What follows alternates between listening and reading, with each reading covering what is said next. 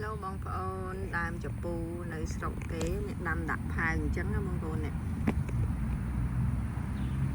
ឡាយ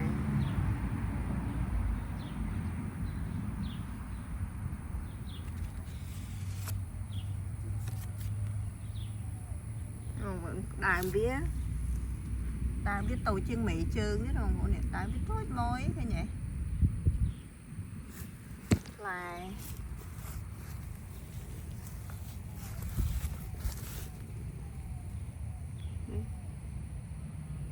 ឡាយជ្រុះអស់ហ្មងណាបងប្អូននេះកដៅពេញ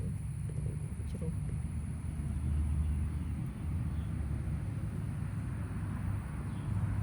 ដាំដាក់ផើងបានណាបងប្អូនដាំដាក់ផើងទៅបានញ៉ាំហើយខែតិចដាក់លើកចូលកន្លែងការ៉ាស់អីចឹងទៅដាក់ម៉ាស៊ីនកដៅឲ្យវាផងដាក់ហ៊ីតដាក់អីចឹងណា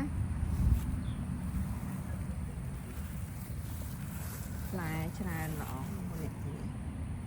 ហើយដើមនេះខ្ញុំប្រាប់ចឹងតូចមួយពណ៌ផ្កាឈូកណាកពូហ្នឹងផ្លែពណ៌ផ្កាឈូក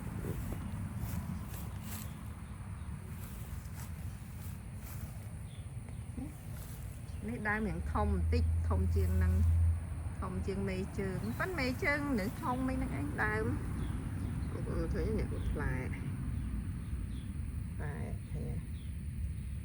អូយគួរឲ្យស្រឡាញ់ណាស់មកពីធ្វើការវិញមើលតែដើមឈើហ្នឹងតាណាំក្រោយផ្ទះនេះផ្លែដោះគល់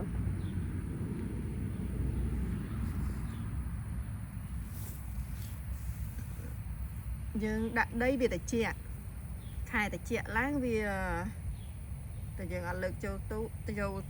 ក្នុងរោងក្នុងអីចឹងវាងាប់បងប្អូនណា